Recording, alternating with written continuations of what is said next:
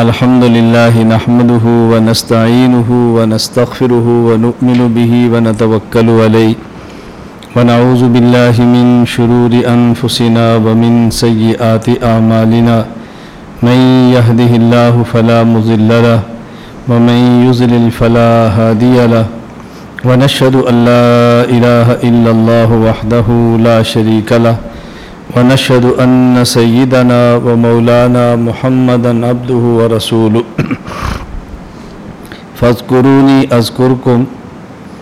عن أبي سعيد الخدري رضي الله تعالى عنه قال قال رسول الله صلى الله عليه وسلم أكثروا ذكر الله حتى يقولوا إنه مجنون. اللهم صل على محمد وعلى آل محمد كما صليت على إبراهيم وعلى آل إبراهيم إنك حميد مجيد. اللهم بارك على محمد وعلى آل محمد كما باركت على إبراهيم وعلى آل إبراهيم إنك حميد مجيد.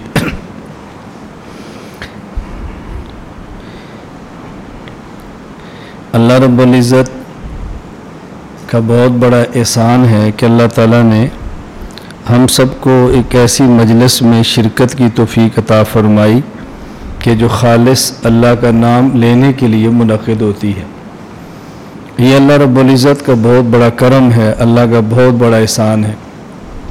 آج پوری دنیا میں آپ دیکھیں مختلف لوگ مختلف کاموں کے لیے جمع ہوتے ہیں، مختلف لوگ مختلف ضرورتوں کے لیے جمع ہوتے ہیں، اور کس قدر خوش قسمت وہ لوگ ہیں جو خالص اللہ کا نام لینے کے لیے جمع ہوں اور ان کے جمع ہونے کی کوئی غرض نہ ہو سوائے اللہ کے نام کے. یہ کتنے مبارک لوگ اور کتنے سعادت مند اور کتنے خوش قسمت لوگ ہیں. آپ اس سے اندازہ فرمائیں کہ حدیث پاک میں ہے کہ ایک ایسا شخص جو اپنی ضرورت کے لیے اس مجلس میں بیٹھتا ہے تو اللہ رب العزت اس کو اس وجہ سے معاف فرما دیتے ہیں کہ یہ ان کے ساتھ بیٹھا تھا جو خالص اللہ کے لیے تھے. اور حدیث پاک میں الفاظ کیا ہیں؟ ہؤلاء قوم لا یشقی جلیسہم. یہ ایسے مبارک لوگ ہیں کہ ان کے ساتھ بیٹھنے والا بھی کبھی محروم نہیں ہوتا. اور اس کو مثال سے سمجھیں کہ جس طرح کوئی شخص ایک ایسے کمرے میں جاتا ہے کہ جہاں ایئر کنڈیشن ہے اور اس کے جانے کی وجہ صرف یہ ہے کہ اس کو گرمی لگی ہے اور وہ چاہتا ہے میں کمرے میں بیٹھوں، اے سی چلاؤں اور اپنی گرمی کو ختم کروں اور ٹھنڈک اور راحت حاصل کروں، اس کا اور کوئی مقصد نہیں. اور دوسرا ایک بندہ آتا ہے جس کا مقصود اے سی سے ٹھنڈک لینا اور راحت لینا نہیں ہے، وہ اپنے کام کے لیے آیا تھا اور اس کام کے لیے اس کمرے میں گیا. ابھی آیا تو اپنے کام کے لیے ہے لیکن اے سی کی ٹھنڈک محسوس کرے گا، اس کا بدن بھی راحت محسوس کرے گا، حالانکہ آیا اس کے لیے نہیں تھا. اس کے آنے کی غرض اور ہے، خواہ آنے کی وجہ اس کمرے کی صفائی ہے، خواہ آنے کی وجہ اس کمرے کا کوئی کام ہے، خواہ آنے کی وجہ اس کا اپنا کام ہے جو اس کمرے میں بیٹھے والے شخص سے ہے، لیکن اس کے بدن کو راحت ضرور حاصل ہوگی.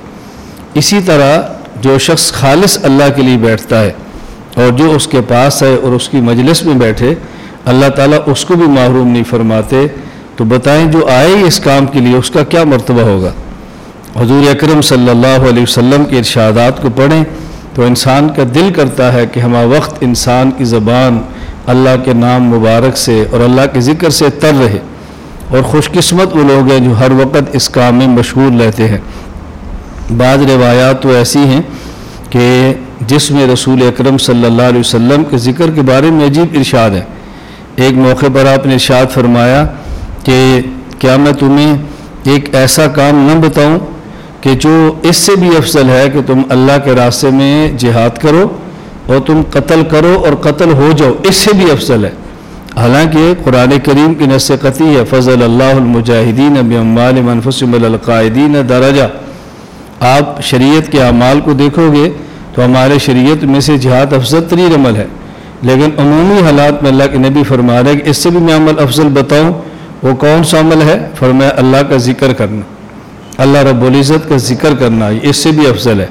اس کا معنی یہ نہیں ہے کہ ذکر کرنے والا خود کو مجاہدین سے افضل سمجھ بیٹھے اور جہاد کا انکار کرے اور شہادت کی نعمت سے محروم ہو، اس کا معنی ہرگز یہ نہیں ہے۔ اس کا مطلب یہ کہ عام حالات میں رسول اکرم صلی اللہ علیہ وسلم بعض اشخاص کے حوالے سے بعض اعمال فرماتے ہیں، اس کے لیے یہ افضل ہے، اس کے لیے یہ افضل ہے، اس کے لیے یہ افضل ہے، اور ہمہ وقت اپنی زبان کو اللہ کے ذکر سے تر رکھنا یہ اللہ تعالیٰ کا بہت بڑا احسان ہے اگر اللہ کسی بندے کو عطا فرما دے۔ لا الہ الا اللہ، لا الہ الا اللہ، لا الہ الا اللہ، ما لنا رب سوا۔ لا الہ الا اللہ، لا الہ